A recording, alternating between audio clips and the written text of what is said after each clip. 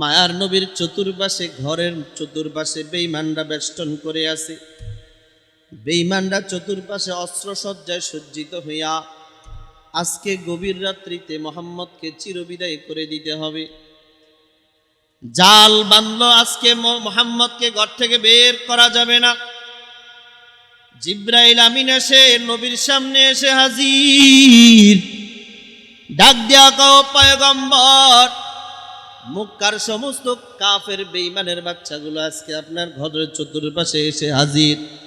আজকে আপনাকে চিরতরে বিদায় করে দিবে। ও নবী গো, আপনি আর মাতৃভূমিতে থাকতে পারবেন না। আল্লাহর পক্ষ থেকে পরওয়ানা জারি হয়ে গেছে। আপনি মাতৃভূমি ছেড়ে, মক্কা ছেড়ে মদিনায় হিজরত করতে হবে গো নবী। নবী ডাক দিয়া কয়, জিব্রাইল, এই বেঈমানদের মধ্যখান থেকে আমি কিভাবে বের হব? জিব্রাইল আমিন ডাক দিয়া কয়, নবী গো, আল্লাহ বলেছেন আপনি বের হয়ে যাবেন। যখনই কোনো বেঈমান সামনে পড়বে, এক মুষ্টি বালি নিবেন, আর সূরা ইয়াসিনের একটা আয়াত আছে, এই আয়াতটা তেলাওয়াত করতে থাকবেন। ইন্নামা আমরুহু ইযা আরাদা শাইআও আইয়াকুলা লাহু কুন ফায়াকুন। আল্লাহ তাআলা বলেন, সূরা ইয়াসিনের শুরু থেকে তেলাওয়াত করতে থাকবে আর বালি নিক্ষেপ করতে থাকবে। আমার বন্ধু যত দূর পর্যন্ত যাবে, আমি আল্লাহ সমস্ত বেঈমানগুলোর চোখগুলোকে অন্ধ বানায়া দিব। মায়ার নবী রওনা হয়ে গেলেন হাঁটতে হাঁটতে আবু বকরের দরওয়াজায়। ডাক দিয়া কয়, আবু বকর। আবু বকর কই? দরওয়াজাতে আওয়াজ করলো। সিরাতে মুস্তাফার মধ্যে লেখে, আওয়াজটা করতে দেরি, আবু বকর দরজা খুলতে দেরি নাই। যেরকম সুবহানাল্লাহ। আবু বকরকে নবীজি ডাক দিয়া কয়, ও পয়গম্বর, আমি আপনার খাদেম হিসাবে আবু বকর হাজির।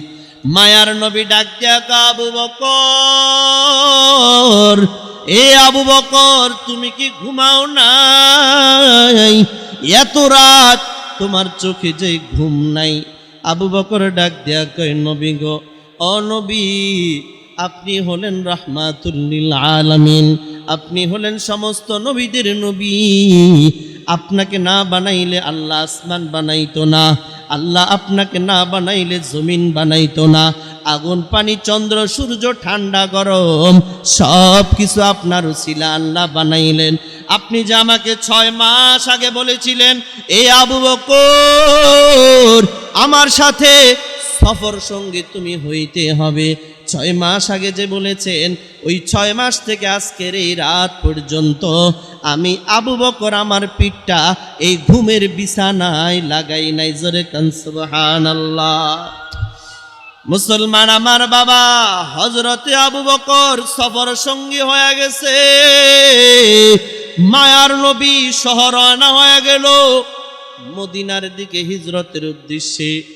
মায়ার নবী আর হযরতে আবু বকর সব পরামর্শ করলেন, এখন সরাসরি মদিনায় যাওয়া যাবে না, পথিমধ্যে অবস্থান করতে হবে।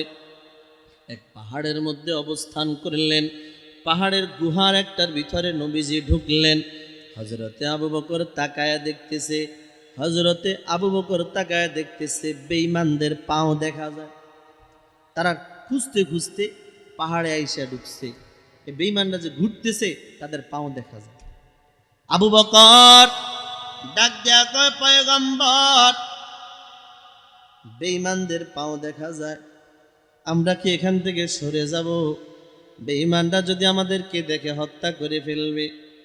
মায়ার নবী ডাক দিয়া কয়, লা তাহজান ইন্নাল্লাহা মা'না। এ আবু বকর, আমি আর তুমি শুধু দুইজন নয়, আমাদের দুজনের সাথে একজন আছে। জোরে কোন কে? লা তাহজান ইন্নাল্লাহা মা'না।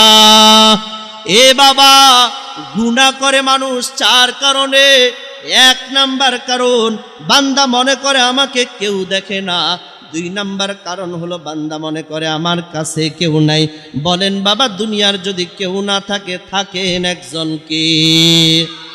মুসলমান আমার বাবা, 3 নাম্বার কারণ, আল্লাহ তাআলা বলেন যে বান্দা গুনাহ করে 3 নাম্বার কারণ হলো তার কথা হলো আমার দিলের খবর কেউ জানে। এই জন্য দিলের খবর কেউ জানে না, মনে মনে মাদ্রাসার বিরুদ্ধে চক্রান্ত করে এমন নাফরমান আছে না নাই?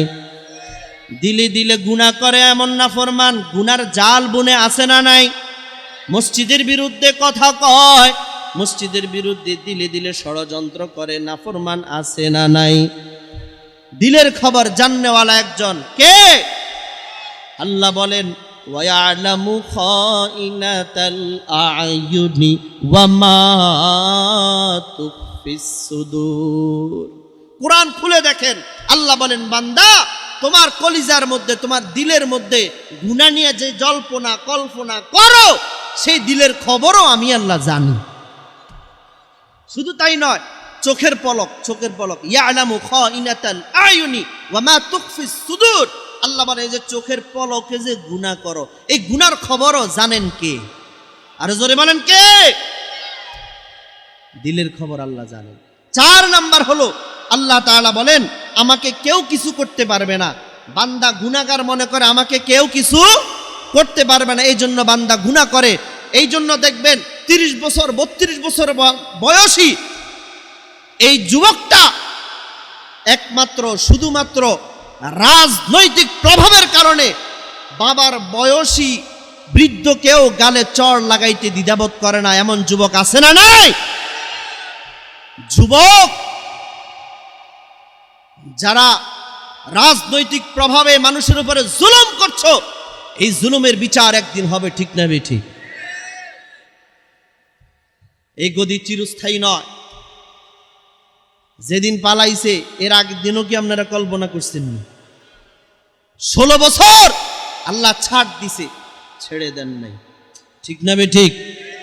সুযোগ দিছে আল্লাহ। আলেম ওলামাদের চোখের পানি, আলেম ওলামাদের রক্ত ঝরানো, এটা আল্লাহর আরশ পর্যন্ত পৌঁছায়। মান আদালি ওয়ালিয়ান ফাকাদ আযানতু বিহারব। যে আল্লাহ ওয়ালাদের সাথে দুশমনি করবে, আল্লাহর পক্ষ থেকে মালিক নিজে ওই বেঈমানের বিরুদ্ধে যুদ্ধ ঘোষণা করবে। আল্লাহ ওয়ালাদের রক্ত ঝরানো নয়।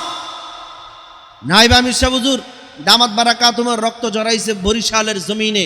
আল্লাহর ওলি ডাক দিয়ে কইছে এই নাফরমানের ধ্বংস অনিবার্য। আর আলহামদুলিল্লাহ এই জমিনের মানুষ ধ্বংসটা নিজের চোখে দেখছে। কতক্ষণ ঠিক না বেটে? আমার মনে আছে ছোট্টবেলায় আমি তখন দেখছিলাম, এই তো ইনশাআল্লাহ আমার চোখে দেখা ছোটবেলায় শাইখুল হাদিস শাহ হুজুর রহমতুল্লাহ আলাই, আমিনী শাহ হুজুর রহমতুল্লাহ আলাই, এই আল্লাহর ওলিদেরকে শুরু করে হাফিজ হুজুর রহমতুল্লাহ আলাই একবারে কাছের জিনারা ছিলেন। আমিনী শাহ হুজুর রহমতুল্লাহ আলাই, শাইখুল হাদিস শাহ হুজুর রহমতুল্লাহ আলাই যুগে যুগে যুগে যুগে সমস্ত ওলামায়ে কেরামদেরকে কারারুদ্ধ করে তাদের জীবনকে তছনছ করে দিছে এই বেঈমান, ঠিক না বেটে? এই জন্য আল্লাহ তাআলা ছাড় দেন। বলেন কি দেন? সবাই বলেন আল্লাহ ছাড় দেন, ছেড়ে দেন না। জের আছে, বলেন কি আছে? জের আছে। ঘুন্টিটা ছেড়ে দিলে ঘুন্টিটা মনে করে আমি তো উঠছি, আকাশে উঠতেই থাকি, এমন ভাবে উড়ে যেন সে আর কখনো ফিরে আসবে না। গুন্টিওয়ালা যখন টান দেয় হাতে আসে কি আসে না? সকলের রশি মালিকের হাতে আছে না নাই? স্বৈরাচার সরকার থেকে আমাদেরকে উপদেশ গ্রহণ করতে হবে। যারা নামাজ ছেড়ে দিছেন, আল্লাহ ভুলে গেছেন, নবীর ভালোবাসা ভুলে গেছেন, আপনারা ভাইবেন না ভাত মাছ তো বেঈমানরাও খায়। কতক্ষণ ঠিক নেবে? ঠিক। বেঈমানরা ভাত মাছ খায় না। কোনো হিন্দু না খায় মরে গেছে। হিন্দুরে খাওয়ায় কে? বৌদ্ধরাও খাওয়ায় কে? আপনি যে পুষ্কুনির মাছ খান বেঈমানটাও সেই পুষ্কুনিরই মাছ খায়। আপনি যে বাজারে বাজার করেন বেঈমানটাও সেই বাজারেই বাজার করে। তাহলে একবারই পেট ভরে ভাত খাওয়া, একদম ভালো মন্দ খাওয়া, এটা একবারে বড় সফলতা না? বড় কি না? বরং বেঈমানদেরকে আল্লাহ দুনিয়াতে ভালো করে খাওয়ায়, কারণ তাদের আখেরাত নাই, তাদের জান্নাত নাই। এই জন্য দুনিয়াতে এদেরকে ভালোভাবে খাওয়ায়া দেয়। আর ইমানদাররা দুনিয়া কষ্ট করে, আর মৃত্যুর পরে আল্লাহ তাআলা জান্নাতটা তাদের জন্য বাজেট করে দেয়। কথা শেষ দেখেন, আল্লাহ তাআলা বলেন আমি আল্লাহ কোনো বান্দার উপরে অনুপরিমাণ বিসর্গ পরিমাণ জুলুম করি না। আল্লাহ বলেন ইন্নাল্লাহা লা ইয়াজলিমু মিসকালা যাররা ওয়া ইন তাকু হাসানাতান ইউযাইফহা ওয়া ইউতি মিন লাদুনহু আজরান আযীমা। এ মুসলমান আমার বাবা, আমরা দুনিয়াতে কিন্তু কেউ থাকার জন্য আসি নাই। এই জন্য বাবা অনুরোধ করে বলে যায় আর গুনাহ নয়, ফিরে আসতে হবে, নিজেও আল্লাহ চিনতে হবে, নিজেও আল্লাহকে ভালোবাসতে হবে, নিজেও নবীকে ভালোবাসতে হবে, নিজেও দিন শিখতে হবে, কোরআন শিখতে হবে। শেষ একটা মেডিসিন আপনাদেরকে দেয়া যায়, নিজেও কোরআন শিখবেন, সন্তানটারেও কোরআন শিখাবেন, নিজেও দিনদার হবেন, সন্তানদেরকেও দিনদার বানাবেন। মুসলমান আমার বাবা, এটা একটা মাদ্রাসা, যেই মাদ্রাসাতে দিন শিখানো হয়, কোরআন শিখানো হয়, ঠিক না ঠিক? আমি আসার পথে আমার সিএনজিতে এক আল্লাহর বান্দা, এই মাদ্রাসারই একজন গার্ডিয়ান আল্লাহর বান্দা আমারে বলতেছে, হুজুর আমার ছেলেটাই মাদ্রাসায় পড়ে, কিন্তু ছেলেটা বড় এতিম, ছেলেটার দুনিয়াতে মা নাই, এই ছেলেটার জন্য আমার বড় খারাপ লাগে। সে বেচারাও কি করবে, হয়তো অন্যত্রে বিয়ে করে সংসার চালায়। এই আল্লাহর বান্দা কিন্তু ছেলেটার জন্য বড় মায়া আছে। আল্লাহর এই বান্দা ছেলেটারে মাদ্রাসায় পড়াইছে। এ বাবা, এতিম সন্তানগুলো শেষ রাতে উঠিয়া যখন বাবা তুমি ঘুমাও, তখন তারা শেষ রাতিয়া উঠে বসে বসে মালিকরে ডাকে, তারা মালিকরে সেজদা করে, তাদের চোখের পানি দিয়া বুকটা ভাসে রে বাবা। এটা কিন্তু এই মাদ্রাসাটা কিন্তু এলাকার জন্য একটা চেরাগ চেরাগ চেরাগ। এই এতিমদের চোখের পানির উসিলা আল্লাহর কসম আল্লাহ তাআলা তোমার মুখের মধ্যে লোকমা তুলে দেয়। শুধু তাই নয়, কোরআনওয়ালাদের উসিলা আল্লাহ তাআলা শুধুমাত্র এই চার দেওয়ালের মধ্যে তেলাওয়াতের নূর সীমাবদ্ধ থাকে না, এই তেলাওয়াতের নূর আল্লাহ তাআলা এলাকার প্রত্যেকটা মুসলমানের কবরে কবরে পৌঁছায়া দেয়। এই জন্য বাবা অনুরোধ করে বলে যাই, দুনিয়াতে আমরা কেউ থাকার জন্য আসি নাই। আজকে আমরা সব মানুষকে আপন কই, আসলে কেউ আপন নয়, সব সন্তানগুলা কিন্তু পর হয়ে যাবে। কিন্তু যেই সন্তানটা কোরআনওয়ালা হবে, এই সন্তানটা কিন্তু আপনার আপন থাকবে। কিয়ামতের ময়দানে এই কোরআনওয়ালাকে যখন বলা হবে, কোরআনওয়ালা ইকরা ওয়ারতাকি ওয়ারাতিল কামা কুনতা তুরাতিলু ফিদ দুনিয়া ফাইন্না মানজিলাতাকা ইনদা আখিরি আয়াতিন তাকরাউহা। কোরআনওয়ালাকে যখন বলা হবে, কোরআনওয়ালা ইকরা, তুমি তেলাওয়াত করতে থাকো, উপরে উঠতে থাকো, উপরে উঠতে থাকো, যেখানে গিয়া তেলাওয়াত শেষ হয়ে যাবে সেখানে তোমার জন্য আমি আল্লাহ জান্নাতটা বানায়া রাখছি। কোরআনওয়ালা ডাক দিয়া বলবে, আল্লাহ আমার মা কই, আমার বাবা কই? বলে তোমার মা বাবা গুনার কারণে জাহান্নামী। বলে আজ যেই জান্নাতে আমার মা নাই বাবা নাই, ওই জান্নাত আমার দরকার নাই। জোরে জোরে কন্যা সুবহানাল্লাহ। যদি একটা সন্তান রে বাবা কোরআনওয়ালা বানাইতে পারেন, এই সন্তানটা আপনারা ছাড়া জান্নাতে ঢুকবে না। একটু বাবা কলিজাটা দিয়ে কথাটা শুনবেন রে বাপ।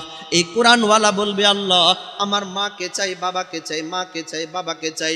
আল্লাহ তাআলা কুদরতি হাতে জাহান্নাম থেকে তার মা বাবাকে উঠায়া নিয়ে আসবে, তাকায়া দেখবে তার মা বাবা দুইটা কয়লা হয়ে গেছে। নাউজুবিল্লাহ বলে। আল্লাহ ডাক দিয়া বলবে, কোরআনওয়ালা গুনার কারণে তোমার মা বাবা জাহান্নামে জ্বলতে জ্বলতে আজকে আঙ্গার হয়ে গেছে। তুমি তাকায়া দেখো তোমার মা বাবাকে কেমন দামি বানায়া দেই। আল্লাহ তাআলা নিজের হাতে মা বাবার দুইটা কয়লাকে হাতে নিবে। আবে হায়াত নামক একটা কূপ আছে, কূপ, এই কূপের মধ্যে একটা চুবানি মারবে, তাকায়া দেখবে এই কোরআনওয়ালার মা বাবা দোনোজনের চেহারা হযরতে ইউসুফ আলাইহিস সালামের চেহারার চেয়েও বেশি সুন্দর হয়ে যাবে। মুসলমান আমার বাবা, শুধু তাই নয়, এই কোরআনওয়ালা মা বাবার দিকে তাকাবে আর ডাক দিয়া বলবে, আল্লাহ আমার মা বাবার জামা কাপড় কই? আল্লাহ আমার মা বাবাকে উলঙ্গ আমি দেখতে চাই না। আল্লাহ তাআলা কুদরতি জিম্মাদারিতে জান্নাত থেকে পোশাক আইনা ওই কোরআনওয়ালার মা বাবাকে জান্নাতি পোশাক পরাইয়া দিবি। এরপরে বলা হবে, এ কোরআনওয়ালা ইকরা, তুমি তোমার মা বাবা দুইজনের দুই বাহু ধরো আর তেলাওয়াত করতে থাকো, উপরে উঠতে থাকো, তেলাওয়াত করতে থাকো, উপরে উঠতে থাকো।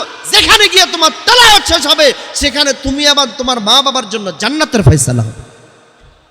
শুধু তাই নয়, একজন কোরআনওয়ালা কমপক্ষে 12 জনের জন্য সুপারিশ করার অনুমতি পাবে। এবং এই 12 জন কারা? যাদের জন্য জাহান্নাম ওয়াজিব হয়ে গেছে, এই কোরআনওয়ালার সুপারিশের উসিলায় আল্লাহ সুপারিশ মঞ্জুর করবে, তাদেরকে জান্নাতের মালিক বানায় দেবে। আল্লাহ তাআলা আমাদের সকলকে গুনাহমুক্ত জিন্দেগি দান করেন, সন্তানদেরকে কোরআনওয়ালা বানানোর তৌফিক দান করেন। সকলে বলেন আমিন। আমাদের ইনশাআল্লাহ আজকে প্রধান আকর্ষণ আলহামদুলিল্লাহ নোয়াখালীতে চলে আসছে। সকলে কোন আলহামদুলিল্লাহ, সকলে কোন আলহামদুলিল্লাহ, নারায়ে তাকবীর। আল্লাহ আজকের এই মজলিসকে ভরপুর কবুল করেন। যাদের চেষ্টা সাহায্য সহযোগিতায় লাইট মাইক প্যান্ডেল বিভিন্ন অর্থ দিয়ে সময় দিয়ে সহযোগিতা করেছে, আল্লাহ সকলকে উত্তম থেকে উত্তম প্রতিদান নসিব করেন। ওয়া আখির দাওয়ানা আলহামদুলিল্লাহি রাব্বিল আলামিন।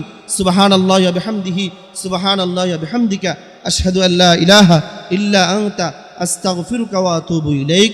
আসসালামু আলাইকুম ওয়া রাহমাতুল্লাহ। আলহামদুলিল্লাহ, হুজুর অত্যন্ত গুরুত্বপূর্ণ আলোচনা আমাদের সামনে পেশ করেছেন। মহান এবং প্রবন্ধওয়ালা আলিমুল আলিমদেরকে নিয়ে আলোচনা করেছেন। আমরা সকলে এই হিম্মত করতে পারি কিনা যে আমার সন্তানদের মধ্য থেকে একটা সন্তান হলো আমি দিনদার বানাবো, হাফেজ বানাবো, পারবো তো ইনশাআল্লাহ?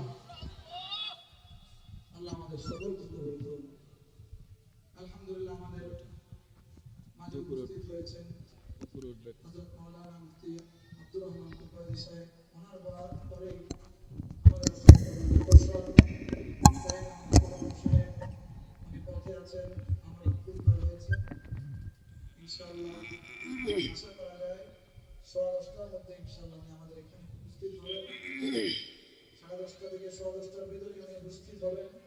আমরা কেউ ধৈর্য হারা হব না, আমরা সকলেই মাহফিল শেষ করে যাব ইনশাআল্লাহ। রাজি আছি তো সকলে?